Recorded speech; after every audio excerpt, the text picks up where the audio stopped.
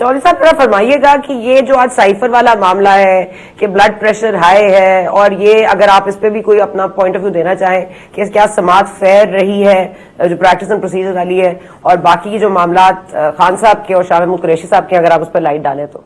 मेरे ख्याल में काजी साहब ने काफी ज्यादा उस पर डिटेल कर दिया. I will tell you about Lahore first and then coming on to Islamabad.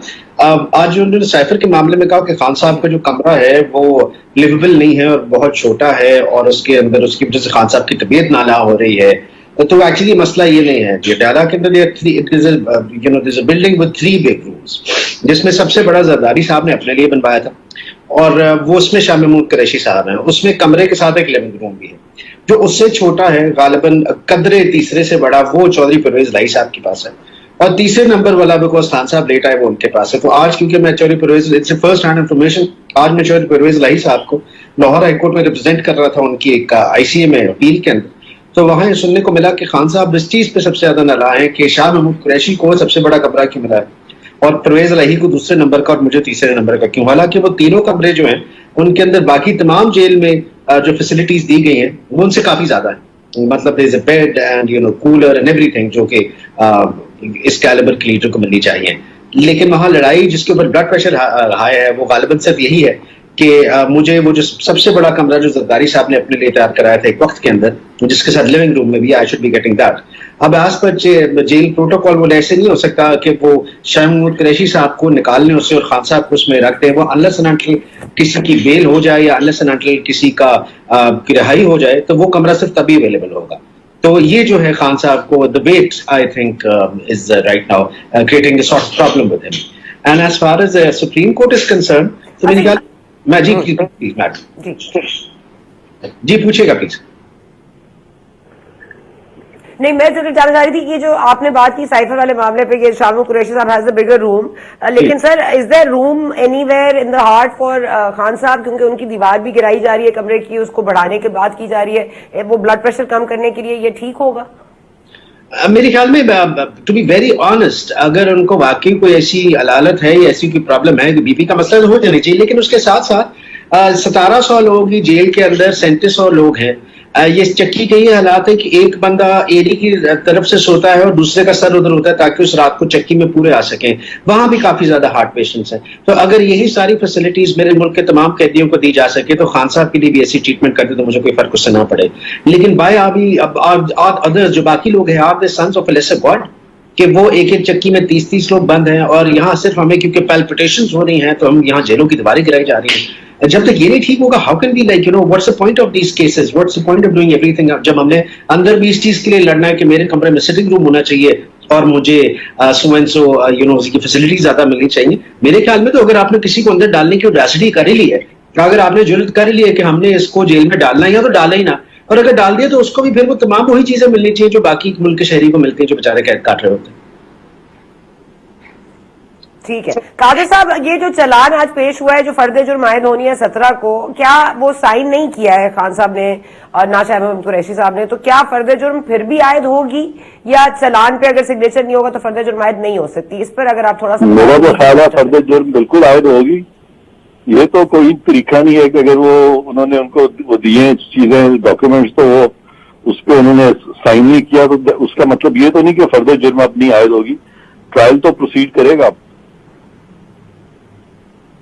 17 तारीख को कादिर साहब ये जो साइफर वाला, हाँ जी जी जी जी असलैन साहब मैं आ रही हूँ एक मिनट. इस्लामाबाद हाई कोर्ट ने जस्टिस आज जो chief justice of Islamabad high court है आज उन्होंने समन किया है फैज हमीद जनरल रिटायर्ड को और बाजवा साहब को ऑन मैटर्स ऑफ प्रिंसिपल के. उन्होंने इंटरव्यू क्यों दिया और 2 साल के अरसे तक वो इंटरव्यूज नहीं दे सकते जो मेतला साहब को और जावेद चौधरी साहब को उन्होंने दिए थे. तो आज इस्लामाबाद हाईकोर्ट ने जो समन जारी किए should we take that matter seriously?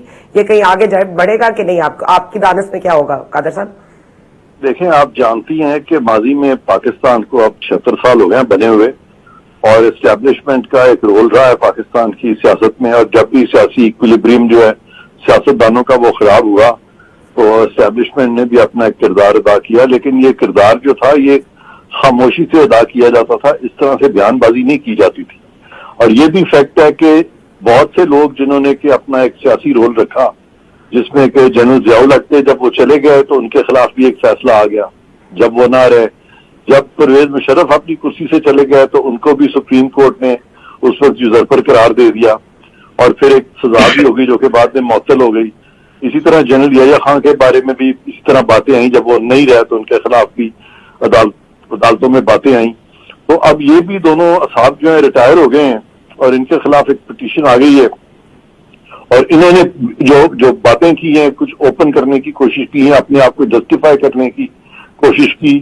تو اس پہ اگر ایک پٹیشن آئی ہے تو انہوں نے نوٹس کر دیا ہے, تو ڈیفینیٹلی جو چیف جسٹس ہے ان کو کچھ محسوس ہوا ہوگا کہ بھئی اس میں کیسے اس کو یعنی اس طرح چھوڑ دوں, جبکہ انہوں نے خود اپنا ایک کردار جو ہے وہ ظاہر کر دیا ہے اس ساری چیز میں.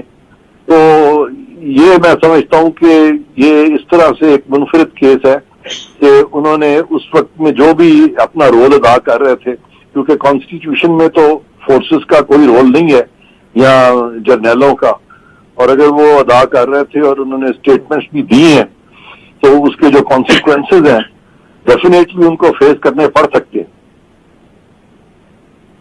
وہ صحافیوں کو بھی فیس کرنے پڑے گے قادر صاحب, جو صحافی جن سے بات ہوئی ہے, یا صرف جنہوں نے کہا ہے ان تک جائے گی بات؟ صحافیوں کا تو اتنا رول نہیں ہے, کیونکہ انہوں نے تو آگے سے جو خبر ان کو ملی ہے انہوں نے آگے سرکولیٹ کر دی ہے کہ بھی ہمیں یہ بتایا گیا. تو صحافی تو اس صورت میں ریلیونٹ ہوں گے اگر کہ صحافیوں نے کوئی ایگزیجریشن کر دی ہے یا بات کو ٹوسٹ کیا ہے. ادروائز تو فی الحال میں نہیں سمجھتا کہ صحافی جو ہیں وہ ان کو مورد الزام ٹھہرایا جا سکتا ساری چیز. ٹھیک ہے حسین صاحب, if you could just wrap آپ کے 17 تاریخ کو کیا ایکسپیکٹ کیا جائے اور کیا فائر ٹرائل مل رہا ہے خان صاحب کو؟ فیئر ٹرائل ان کا سب سے بڑا ایشو ہو گیا ہے کہ trial has to be in public. پہلے وہی کہتے تھے کہ مجھے سیکورٹی ایشوز ہے اور تھریٹس ہیں ایز سچ, اینڈ ٹرائل میں I think there is no issue, but you know the issues with B P R not basically اب now is not getting a chance کہ وہ 2000 پیشیاں لے جائے ون ریزن فار اندر, وہ فائلیں اٹھا کے لے آئی جائیں عدالتوں کے اندر سے باہر آ کے سائن ہو جائیں, اور جج صاحب ہائی کورٹ کے جج بھی انہیں 2 بجے بتایا 7 بجے جائیں. Now he has to basically abide by the law, and abiding by the law is of course creating a little bit of issues for him. لیکن of course fair trial ہے, fair trial سے مطلب ابھی تک انہوں نے fair trial کے اوپر تو کوئی ایسا بات نہیں اٹھائی, نہ کوئی قدم لگائی.